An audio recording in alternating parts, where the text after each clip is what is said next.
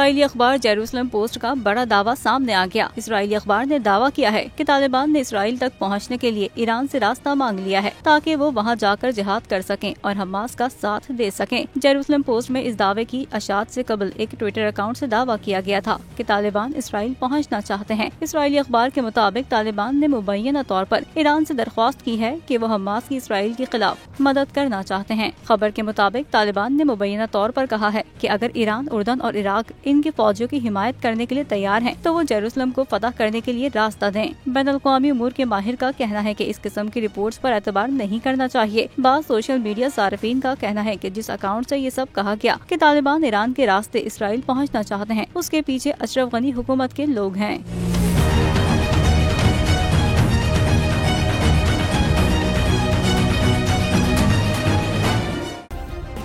Subscribe करें और bell दबाएं ताकि कोई खबर रह न जाए।